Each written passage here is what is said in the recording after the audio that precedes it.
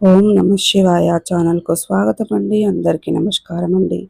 ఈరోజు ఈ వీడియోలో మనం కన్యా రాశి వారి యొక్క జాతకం గురించి తెలుసుకుందాం.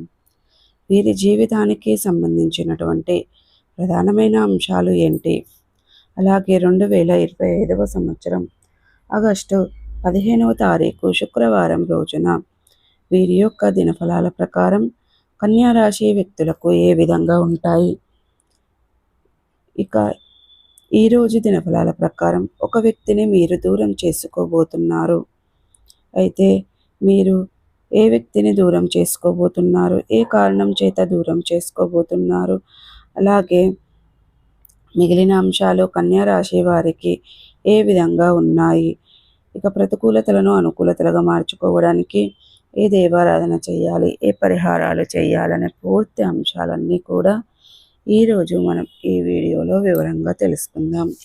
వీడియోలోకి వెళ్ళే ముందు మా చిన్న రిక్వెస్ట్ ఏమిటంటే, ఇదివరకు మా ఛానల్ని మీరు సబ్స్క్రైబ్ చేసుకున్నట్లయితే కనుక సబ్స్క్రైబ్ చేసుకోండి.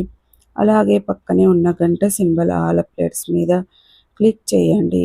అప్పుడే మేము అప్లోడ్ చేసే ప్రతి ఒక్క వీడియో నోటిఫికేషన్ అనేది మీకు వస్తూ ఉంటుంది. నోటిఫికేషన్ రాగానే వీడియోను ఓపెన్ చేసి మీ రాశి గురించి, మీ ఫలాల గురించి తెలుసుకోండి. ఇక ఈ వీడియోను ఎక్కడ కూడా స్కిప్ చేయకుండా ఎండ్ వరకు చూస్తేనే మేమేం చెప్తున్నామన్న విషయం అనేది మీకు పూర్తిగా క్లారిటీగా అర్థమవుతుంది. ఇక వివరాల్లోకి వెళ్తే గనక కన్యా రాశి అనేది రాశి చక్రంలో 6వ రాశి. ఉత్తర 2, 3, 4 పాదాలు, హస్త 1, 2, 3, 4 పాదాలు, చిత్త 1, 2 పాదాల్లో జన్మించిన వ్యక్తులు కన్యా రాశి కిందికి వస్తారు. ఈ రాశికి అధిపతి బుధుడు. ముందుగా వీరి యొక్క వ్యక్తిత్వాన్ని మనం గమనిస్తే గనక కన్యా రాశి వారు చాలా మంచి మనస్తత్వాన్ని కలిగి ఉంటారు. చాలా సిస్టమేటిక్గా కూడా కలిగి ఉంటారు. క్రమశిక్షణ కూడా కలిగి ఉంటారు. ఇక కన్యా రాశి వారు రహస్య స్వభావులు. మనసులో ఉన్నది బయటకు చెప్పడానికి వీరికి అస్సలు నచ్చదు. వ్యాపార విషయాలను కూడా తమదైన శైలిలో తెలియజేస్తారు.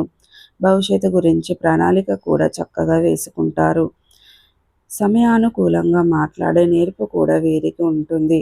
అలాగే చాలా సిస్టమేటిక్ క్రమశిక్షణ కూడా వీరు మారుపేరని చెప్పుకోవాలి.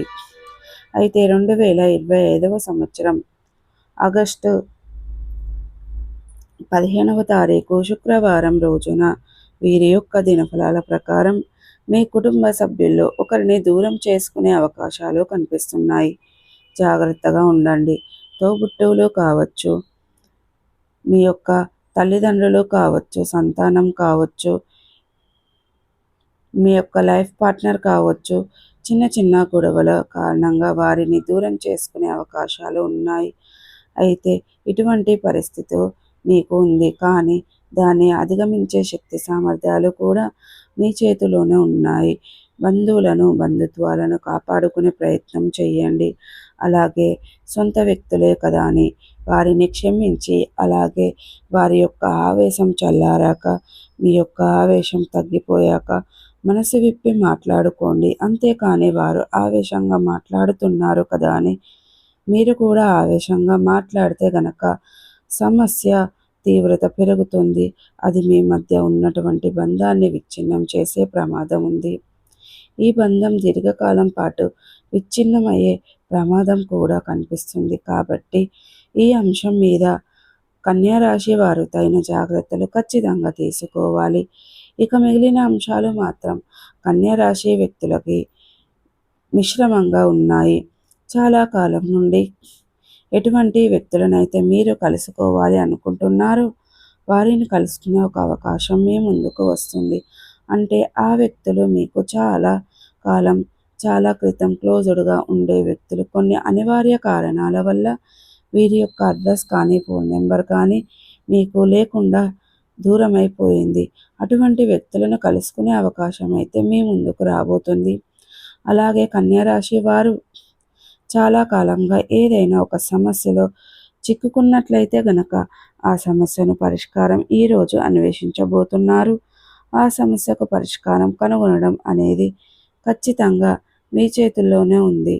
ఈరోజు దినఫలాల ప్రకారం చూసుకున్నట్లయితే గనక కన్యా రాశి వారు చాలా రోజులుగా ఏదైనా సమస్యలో చిక్కుకున్నట్లయితే గనక మీకు వృత్తి జీవితం మెరుగైన ఫలితాలు ఈరోజు చూడబోతున్నారు. దానికి సంబంధించిన ఒక కీలకమైన నిర్ణయాన్ని అయితే ఈరోజు తీసుకోబోతున్నారు.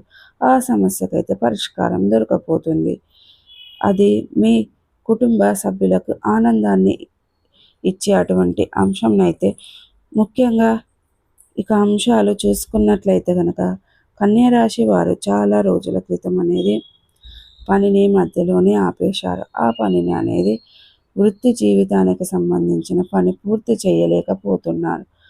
ఆ పనిని అనేది ఎన్నోసార్లు మొదలుపెట్టినా పని పూర్తి చేయలేకపోతున్నారు. ఎన్నో ఆటంకాలు, అడ్డంకులు మీకు వస్తున్నాయి. అటువంటి పనినైతే ఈరోజు పూర్తి చేసే అవకాశాలు ఈరోజు దినఫలాల ప్రకారం మీకు కనిపిస్తున్నాయి.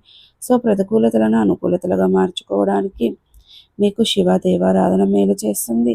విష్ణు సహస్ర పారాయణం మేలు చేస్తుంది. శుభతిథి ఉన్న మంగళవారం రోజున ఒక పొడవాటి సాలువను హనుమానునికి సమర్పించండి. మీరు అంత మంచి పుణ్య ఫలితాన్ని ఖచ్చితంగా పొందుకుంటారండి. ఈరోజు అనేది మీకు మంచి ఫలితాలు ఉన్నాయి. సో ప్రతికూలతలను అనుకూలతలుగా మార్చుకోవడానికి అనేది మీకు దాన ధర్మాలు చేయండి. అపారమైన పుణ్య ఫలితాన్ని ఖచ్చితంగా పొందుకుంటారు. సో చూసారు కదండి. వీడియో కనుక నచ్చినట్టయితే లైక్ చేయండి, షేర్ చేయండి. మరిన్ని మంచి మంచి వీడియోల కోసం మా ఛానల్ అనేది ఇప్పుడే సబ్స్క్రైబ్ చేసుకోండి.